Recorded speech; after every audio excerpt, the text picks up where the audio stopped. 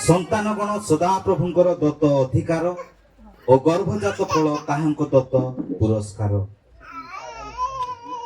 प्रभु ई शास्त्रांश अध्ययन द्वारा प्रत्येक को आशीर्वाद करंतु, विशेष कर परिवार प्रति मंगल करंतु। अनेक वाक्य अच्छी तथापि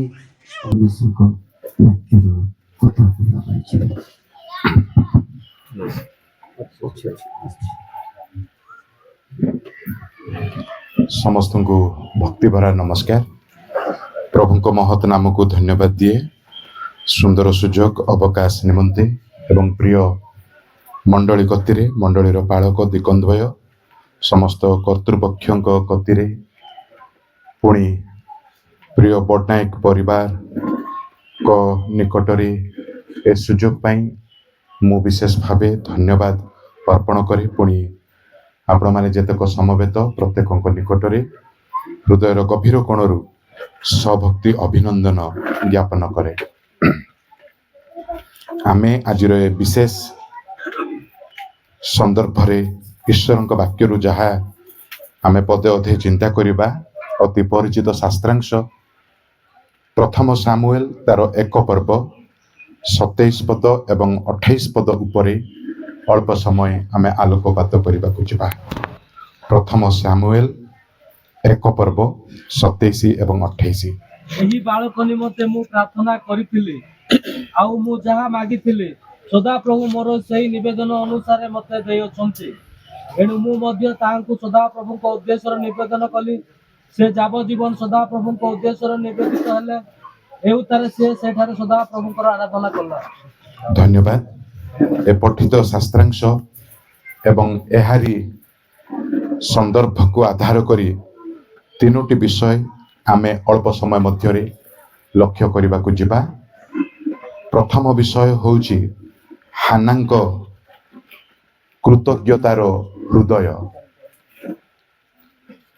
द्वितीय विषय हानार दायित्व जीवन एवं तृतीय विषय में देखिबा ईश्वरंक विश्वस्ततार गुण। कृतज्ञता, दायित्वता एवं विश्वस्तता। यही शास्त्रांश आ घटनावली समस्तंक पाई एक परिचित घटना परिचित विषय अटे। आमे देखुछे जे हाना जेतेबेले उत्तर स्वरूपे शिशुपुत्र को पाइले हाना प्रभु को निकटरे कृतज्ञतार जीवन से रखुअछन्ते।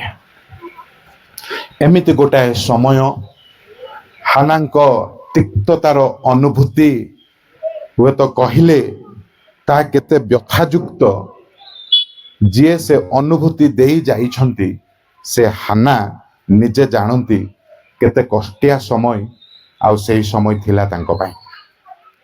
सेमिति समय रे प्रभु ताहांकु ए शिशु पुत्र को प्रदान कले आउ सेति पाई से ए कृतज्ञता धन्यवाद से प्रभु को ज्ञापन करुअछन्ति। आमे देखुछु एठारे एणु मु मध्य एही बालक निमंते मु प्रार्थना करिथिली आ मु जहा मागिथिली सदा प्रभु मोर सही निवेदन अनुसार मते देई अछन्ति। सदा प्रभु मते देई अछन्ति ता स्वीकार करिबा हृदय रे हृदयंगम करिबा बुझिनेबा जे एहा मोहरी कोनोसी गुण बा धर्मीय जीवन यापन पाई एहा ताहा नुह। ईश्वर तांकरी योजना क्रमे आ ईश्वर तांको अनुग्रह रे ईश्वर तांको दया रे मते प्रदान करि अछन्ति। आ से प्रभु को निकट रे आराधना करिबा कथा कृतज्ञतार हृदय अर्पण करिबा कथा आमे एही स्थान रे देखिबा को पारुछु। हाना आ से एते कृतज्ञता भरा हेई पारुछन्ति केमिति। आमे जदि से संदर्भ को जिबा तीनोटी परिवार ତିନୋଟି ପରିବାରର ସନ୍ତାନ ସନ୍ତତି ମାନଙ୍କୁ ଆମେ ଲକ୍ଷ୍ୟ କରିବାକୁ ପାରିବା।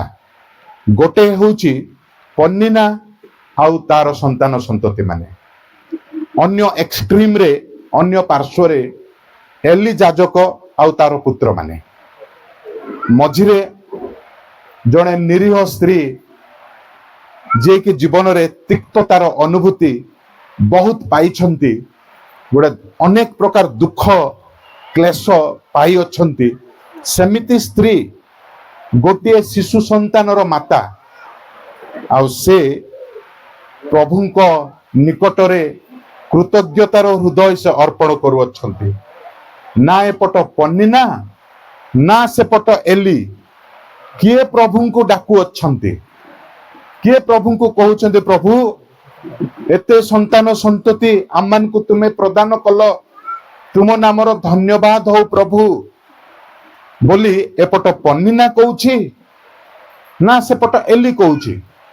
ଉଭୟଙ୍କର ସନ୍ତାନ ସନ୍ତତି ରହିଲେ ମାତ୍ର କୌଣସି କାରଣବଶତଃ ଏମାନେ ଜଗତର ଜାଗତିକତାରେ ସମ୍ପୂର୍ଣ୍ଣ ରୂପେ ଲୁପ୍ତ। ସେମିତି ଗୋଟେ ଅନ୍ଧକାର ସମୟରେ ହାନା ରିଏଲାଇଜ କରୁଛନ୍ତି ଗୋଟିଏ ଶିଶୁ ପୁତ୍ର, ଆଉ ମୁଁ ପ୍ରଭୁଙ୍କୁ ମାଗିଥିଲି, ଆଉ ଯାହା ମୁଁ ମାଗିଥିଲି ପ୍ରଭୁ ମତେ ସେଇଆ ପ୍ରଦାନ କଲେ। ପ୍ରଭୁ ତୁମ ନାମର ଧନ୍ୟବାଦ ହଉ। କେତେ ଚମତ୍କାର କଥା ପ୍ରଭୁଙ୍କ ନିକଟରେ ଆମ ହୃଦୟର କୃତାଞ୍ଜଳିକୁ ଅରପି ଦେବା। ଅନେକ ସମୟରେ ଆମେ କେତେକ ବିଷୟ ପାଇଥାଉ, ଦତ୍ତ ପୁରସ୍କାର ରୂପେ ପାଇଥାଉ, କିନ୍ତୁ ଈଶ୍ୱରଙ୍କ ନିକଟରେ କୃତଜ୍ଞତା ଆମର ଆସିନଥାଏ। ହୁଏତ ଆମେ ଭାବୁ ମୋର ଜ୍ଞାନ ବୁଦ୍ଧି ମୋର ପାରଦର୍ଶିତା ଅନୁସାରେ ସେଥିପାଇଁ ମୁଁ ପାଇପାରିଛି। ଅନେକ କାରଣକୁ ଆମେ ଆଙ୍ଗୁଠି ଦେଖେଇ କଥା କହିଥାଉ, କିନ୍ତୁ ଏଠାରେ ଦେଖୁଛୁ ହାନା କମ୍ପ୍ଲିଟଲି ସେ ରିଏଲାଇଜ କରୁଅଛନ୍ତି, ବୁଝିପାରୁଅଛନ୍ତି ଯେ ଈଶ୍ୱର ଦେବାରୁ ମୁଁ ପାଇଅଛି। ଆମେ ପରିସ୍ଥିତିକୁ ଯଦି ଟିକେ ଦେଖିବା ଏଇ ସ୍ଥାନରେ କଣ ଘଟୁଛି, ସେ ଯୁଗଟା ସମ୍ପୂର୍ଣ୍ଣ ରୂପେ ଅନ୍ଧକାରର ଯୁଗ, ଅର୍ଥାତ୍ ଈଶ୍ୱରଙ୍କ ବାକ୍ୟ ଦୁର୍ଲଭତାର ସମୟ। କାରଣ ସମସ୍ତେ ମନ ଇଚ୍ଛା ପାପରେ ରହିଛନ୍ତି। ସେମିତି ସମୟରେ ପ୍ରଭୁ ମୋ ଡାକରା ଶୁଣିଲେ କି? ହାନା ଯେତେବେଳେ ଭାବୁଛନ୍ତି, ସେ ଆଶ୍ଚର୍ଯ୍ୟ ହଉଛନ୍ତି, ସବୁଆଡେ ଅନ୍ଧକାର, ଆଧ୍ୟାତ୍ମିକ ଅନ୍ଧକାର, ଆଉ ଈଶ୍ୱରଙ୍କ ସହିତ ଯୋଗାଯୋଗ କାହାର ନାହିଁ। ମୁଁ ଏଣେ ପ୍ରାର୍ଥନା କରିବାରୁ ମୋର ପ୍ରାର୍ଥନା ପ୍ରଭୁ କେମିତି ଶୁଣିଲେ, ଆଉ ସେ ସେଥିପାଇଁ ଧନ୍ୟବାଦାର୍ଥକ ବଳି ଉତ୍ସର୍ଗ କରିବା ପରେ ସେ ବାଧ୍ୟ ହେଉଛନ୍ତି କୃତଜ୍ଞତାର ହୃଦୟ, ଧନ୍ୟବାଦର ହୃଦୟ ପ୍ରଭୁଙ୍କ ନିକଟରେ ଅରପି ଦେଉଅଛନ୍ତି। ଆଉ ଗୋଟେ ବିଷୟ ସେ ଦେଖୁଛନ୍ତି ଯେ ମୁଁ ଜଣେ ବନ୍ଧ୍ୟା ସ୍ତ୍ରୀ, ଦୀର୍ଘ ସମୟ ମୁଁ ସେ ନୈରାଶ୍ୟତାର ଘେରାଉ ଭିତରେ ରହି ଜୀବନ କାଳ ମୁଁ କାଟି ଆସିଛି। ସେମିତି ଅବସ୍ଥାରେ ମୁଁ ଗୋଟେ ପୁତ୍ର ସନ୍ତାନ ପ୍ରାପ୍ତ ହୋଇପାରିଛି, ପ୍ରଭୁ ମତେ ଦେଇଛନ୍ତି। ଏମାନେ ଭାବୁଛନ୍ତି, ପନ୍ନିନା ଆଉ ସେପଟ ଏଲି ଭାବୁଛନ୍ତି କଣ ଅଛି, ସମସ୍ତଙ୍କ ତ ସନ୍ତାନ ସନ୍ତତି ସେଇ ପ୍ରକାର ଆମେ ମଧ୍ୟ ପାଇଛୁ, କଣ ବଡ କଥା, ପ୍ରଭୁ କଣ ଦେଇଦେଲେ ଯେ। କିନ୍ତୁ ଏପଟ ନିରୀହ ନାରୀ, ଦୁଃଖିନୀ ସ୍ତ୍ରୀ କମ୍ପ୍ଲିଟ ରିଏଲାଇଜ କରୁଛନ୍ତି ଯେ ପ୍ରଭୁ ଦେବାରୁ ମୁଁ ପାଇଛି, ଆଉ ପ୍ରଭୁଙ୍କ ନାମ ଧନ୍ୟବାଦ। ପ୍ରିୟ ଅମିତ ଭାଇଙ୍କୁ ପ୍ରଭୁ କେମିତି ଆଶୀର୍ବାଦ କରିଛନ୍ତି, ବହୁତ ଚମତ୍କାର। ଯଦି ଆମେ ଗୋଟି ଗୋଟି ତାଲିକାଭୁକ୍ତ କରିବା, ସେ ଅତି ଶାନ୍ତଶିଷ୍ଟ ଯୁବକ ଅଟନ୍ତି, ତାହା ଗୋଟେ ବହୁତ ବଡ ଗୁଣ ଅଟେ। ଦ୍ୱିତୀୟରେ, ଆମେ ଅନେକ ବିଷୟ କଥା କଥାରେ ଭାବୁ, କିନ୍ତୁ ସିଏ ଗୋଟେ ସ୍ୱର ଦେଇ, ଜୀବନ୍ତ ରୂପ ଦେଇ, ସେ ଗୀତ ସୁରରେ ଭାବି ଦିଅନ୍ତି। ତାହା ଗୋଟେ ପ୍ରାଇସଲେସ୍ ଗିଫ୍ଟ ପ୍ରଭୁଙ୍କର। ଆମର ଭାବନା ଶୁଖିଲା ଶୁଖିଲା, କିନ୍ତୁ ସେ ଯେତେବେଳେ ଗୋଟେ ପରିସ୍ଥିତିକୁ ଭାବନ୍ତି, ଗୋଟେ ସ୍ୱରରେ ଛନ୍ଦ ରଖି ସେ ଭାବି ପାରନ୍ତି। ତାପରେ ଆଉ ଗୋଟେ ଦାନ, ପ୍ରଭୁଙ୍କର ଆଶୀର୍ବାଦ ତାଙ୍କ ପାଇଁ ସୁନ୍ଦର ପରିବାର। ତା ଉପରେ ପ୍ରଭୁ ତାଙ୍କୁ ଗୋଟେ ସୁନ୍ଦର ଜୀବିକା ମଧ୍ୟ ପ୍ରଭୁ ପ୍ରଦାନ କରିଛନ୍ତି। ଦେଖନ୍ତୁ, ଆଉ ଏସବୁ ଉପରେ ମୁଁ କାହାକୁ ଗୋଟାଏ ଗତ ରାତ୍ର ଜଣେ ଆମେରିକୀୟ ବନ୍ଧୁଙ୍କୁ ମୁଁ ଏହା କହୁଥିଲି ଯେ ସାଧାରଣତଃ ଆମେ ମେଟେରିଆଲିଜମ ଉପରେ ବହୁତ ଗୁରୁତ୍ୱତା ଦେଇଥାଉ, କାରଣ ତାହା ବହୁତ ଆଟ୍ରାକ୍ଟିଭ। ମାନେ ଧନ ଜନ ମାନ ଜିନିଷ ଦ୍ରବ୍ୟ, ଘରର ଟିଭି ସୁନା ଗହଣା, ଏସବୁ ଆମକୁ ବେଶୀ ବଡ଼ ଲାଗେ। ଆଉ ଏସବୁକୁ ବଡ଼ କରି ସନ୍ତାନ ସନ୍ତତି ମାନଙ୍କ ବିଷୟ ଆମେ ଟିକେ ହାଲକା ନେଇଯାଇଥାଉ। କିନ୍ତୁ ଦେଖିଲା ବେଳେ ଏ ଛୋଟ ଛୋଟ ପିଲାମାନେ ଯୋଉମାନେ ପାଟି କରିଥାନ୍ତି, କାନ୍ଦିଥାନ୍ତି, ଡିଷ୍ଟର୍ବ କରିଥାନ୍ତି, ସେମାନେ ମଧ୍ୟ ଈଶ୍ୱରଙ୍କ ସାଦୃଶ୍ୟ ଆଉ ପ୍ରତିମୂର୍ତ୍ତିରେ ଗଢ଼ା। ଆଉ ସେମାନଙ୍କ ଠାରେ ପ୍ରଭୁ ଆତ୍ମା, ପ୍ରାଣ, ହୃଦୟ, ମନ ସେ ସବୁ ପ୍ରଦାନ କରିଛନ୍ତି। ଏମାନେ ହେଲେ ପ୍ରାଇସଲେସ୍। ଆଉ ପ୍ରଭୁ ସେମିତି ଦାନ ପ୍ରିୟ ପରିବାରକୁ, ଅମିତ ଭାଇଙ୍କୁ ପ୍ରଦାନ କରିଅଛନ୍ତି ଯେ ଶିଶୁ ପୁତ୍ର ପ୍ରଭୁ ପ୍ରଦାନ କରିଛନ୍ତି। ସବୁ ଗିଫ୍ଟ, ସବୁ ଆଉ ସବୁ ଆଶୀର୍ବାଦ, ସବୁ ଦାନ ଭିତରେ କମ୍ପାରେଟିଭଲି, ତୁଳନାତ୍ମକ ଭାବେ ସବୁଠୁ ବଡ଼ ଗିଫ୍ଟ ତାଙ୍କ ପାଇଁ ଏହି ଶିଶୁ ପୁତ୍ର ବା କନ୍ୟା ଯାହା ପ୍ରଭୁ ଦେଇଛନ୍ତି। ଚାକିରି ରହିଲା, ବଡ଼ ବଡ଼ ଦାନ ରହିଲା, ହୁଏତ ଆଉ ଅନ୍ୟ କୌଣସି ବିଷୟ ସେ ଦେଖିପାରୁଥିବେ, କିନ୍ତୁ ସବୁ ଭିତରେ ଆଉ ବଡ଼ ଗିଫ୍ଟ ପ୍ରଭୁ ଯାହା ଦେଇଛନ୍ତି ଶିଶୁ ପୁତ୍ର ଆଉ କନ୍ୟା। କେତେ ବଡ଼ ବିଷୟ। ଆଉ ହାନା ରିଏଲାଇଜ କରୁଛନ୍ତି, ନିନ୍ଦା ତ ପାଉଥିଲି, ରୋଷ ଜନ୍ମେଇ ତ କଥା କହୁଥିଲେ ମତେ ହୁଏତ ଏଣ୍ଟାୟାର ସେ ଯେହୁଦି ଗାଁର ନାରୀ ମାନେ ତୁଚ୍ଛ ଦେଖୁଥିଲେ, ପନ୍ନିନା ମତେ ଆଉ ଗାଳି ଭର୍ସନା ହୁଏତ କରୁଥିଲା, ତିକ୍ତତାର ଅନୁଭୂତି। କିନ୍ତୁ ଏସବୁ ଭିତରେ, ନୈରାଶ୍ୟତାର ଭିତରେ ପ୍ରଭୁ ମତେ ସାମୁଏଲକୁ ପ୍ରଦାନ କରିଅଛନ୍ତି। ପ୍ରଭୁ ତୁମ ନାମର ଧନ୍ୟବାଦ। ଏ କୃତଜ୍ଞତାର ମନ ଜୀବନ ଆଜି ଆମମାନଙ୍କ ପାଖରେ ଅଛି କି? ଆଉ ପ୍ରିୟ ଅମିତ ଭାଇ, ତାଙ୍କ ପରିବାର ମଧ୍ୟରେ ଏଇ ଜୀବନ ସବୁବେଳେ, ଏଇ ହୃଦୟ ସବୁବେଳେ ରହୁ। ପ୍ରଭୁ ତୁମେ ମତେ ଦେଇଛ, ଆଉ ଏ ବଛା ବଛା ଦାନ ତୁମେ ଦେଇଛ, ସେଥିପାଇଁ ପ୍ରଭୁ ତୁମ ନାମର ଧନ୍ୟବାଦ। ସେଥିପାଇଁ ପ୍ରଭୁ ମୋର ଜୀବନ ମୁଁ ତୁମ ପାଇଁ ଆଉ ଅର୍ପି ଦେଉଛି। ତୁମ ଗୌରବ ପାଇଁ ସଦା ସର୍ବଦା ଆମେ ବଞ୍ଚିବୁ। ତାହା ହେଉଛି କୃତଜ୍ଞତାର ବିଷୟ ଅଟେ। ଅନେକ ସମୟରେ ଆମେ ସାଧାରଣ ନେଇ ଯାଇଥାଉ, ଆଉ କୃତଜ୍ଞତାର ହୃଦୟ ପ୍ରଭୁଙ୍କ ଠାରେ ଆଉ ଅର୍ପଣ କରିପାରିନଥାଉ। ଦ୍ୱିତୀୟ ବିଷୟ ଆମେ ଦେଖୁଛୁ ଏହି ସ୍ଥାନରେ, ହାନାର ଦାୟିତ୍ୱ, ତାର ମନ ବା ଜୀବନ। ଦେଖନ୍ତୁ, ଆଉ ସନ୍ତାନ ଅଭାବରେ ତ ମୁଁ ଥିଲି, ବନ୍ଧ୍ୟା ଅବସ୍ଥାରେ ଥିଲି। ଅନେକ ବର୍ଷ ପରେ ପ୍ରଭୁ ମତେ ଏ ପୁତ୍ରଙ୍କୁ ପ୍ରଦାନ କଲେ। ଆଉ ସବୁ ଏ ଜଗତରେ ମୋ ପାଇଁ ଆଉ କଣ? ମୁଁ ଯଦି ଦେଖୁଛି, ଏ ପୁତ୍ରଙ୍କୁ ହିଁ ଦେଖିପାରୁଛି। ମୋର ମନ ଜୀବନ ଲାଖି ରହିଯାଇଛି ଏ ପୁତ୍ରଙ୍କ ସହିତ, ଶିଶୁ ପୁତ୍ରଙ୍କ ସହିତ। ଆଉ ମତେ କିଛି ବଡ଼ ନାହିଁ, ଏହି ବଡ଼ ଗେଲରେ, ପ୍ରେମରେ, ତାମାସାରେ ସେ ପିଲାଙ୍କୁ ଅବହେଳା କରୁନାହିଁ।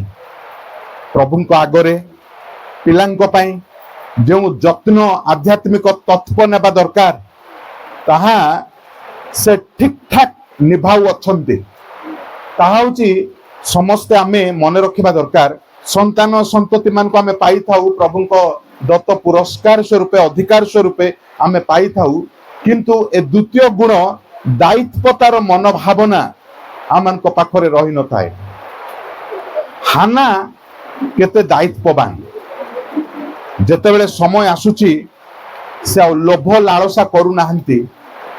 ସେ ଏକମାତ୍ର ପୁତ୍ରଙ୍କୁ ନେଇ ହାନା ଶିଲୋକୁ ଯାଇ ପ୍ରଭୁଙ୍କ ସେବା ନିମନ୍ତେ ଏଲିଙ୍କ ସମ୍ମୁଖରେ से छाड़िकी आसुअछंती से उत्तम शिक्षा रे सुशासन रे पिला बढ़ू तापई जहाँ भी त्याग करिबा मु त्याग करिबी आ सबु त्याग स्वीकार करी अनेक दुख कष्ट मन भितरे तार हृदय मन सिझुची आ से सबु ग्रहण करी अंगीकार करी से शिशु पुत्र को नहीं से सिलो रे छाड़ी की आसुचे आमे केते दूर दायित्ववान आम संतान संतति मानू बढ़ेबारे लालन पालन करिबारे शिक्षा दीक्षा रे बढ़ेबारे प्रिय अमित भाई आउ तांको परिवार को एही छोट परामर्श प्रभु जो दान देइछंती धन्यवाद कृतज्ञता तो आमे प्रभु को निकट रे देबा निश्चित भावे देबा द्वितीय विषय मु केमिति प्रभु भय रे ए पिला मानू आउ एही पिला विशेष भावे मु बढ़ेबा को पारिबी ताहा होची बेसी गुरुत्वपूर्ण विषय अटे माइक टिके असुविधा होची पिता माता संतान संतति मानू सुजत्न रे बढ़ेबा गठन करिबा पई दायित्ववान हेबा बहुत गुरुत्वपूर्ण विषय अटे आम अनेक समय आउ पिला मानू साधारण भाव छाड़ी दे थाउ आम निज धंदारे आम निजे लगी रही थाउ जदि पिला कांदुची आमे तारो कांद बोबाली को बंद करिवा पई आम पॉकेट रु मोबाइल काढी के आमे तांकु देई ताकु चुप कर दे थाउ आम काम धंदारे आमे लगी पड़ी थाउ देखंतु ए सब नेगेटिव इंपैक्ट आमे पिलांक ऊपर पकाउछु जो प्रकार जत्न नेबा दरकार पिता माता सही प्रकार जत्न नेबारे विफल पिला जदि कांदुची मागुची विरक्ति होउची ताकु केमिति भाबे संभाळिबा दरकार तांको कानरे मनरे हृदय ईश्वरंक वाक्य परामर्श आउ अनेक समय बारंबार कही पिलांकु जे गठन करिबा से दायित्व से बोझ आम मानक रही न थाए संतान संतति माने प्रभुंक दत्त पुरस्कार अधिकार आम मानक निमंते आउ आमे डेडिकेटेड हेबा दरकार समर्पित हेबा दरकार ए शिशु संतान संतति मानू मु आध्यात्मिक भावरे नैतिक भावरे सामाजिक भावरे मु गठन करिबी बढ़ेबी वर्धिष्णु करिबी ताहा होची हानार लक्ष्य थिला से भाबिथिला हुए तो जदि मु गेल्लरे प्रेमरे पिलांकु घरे रखी देबी पन्निनार संतान संतति मानको कुप्रभाव सामुएल ऊपर पड़ी पारे मु काहे कि ताहा हेबा को देबी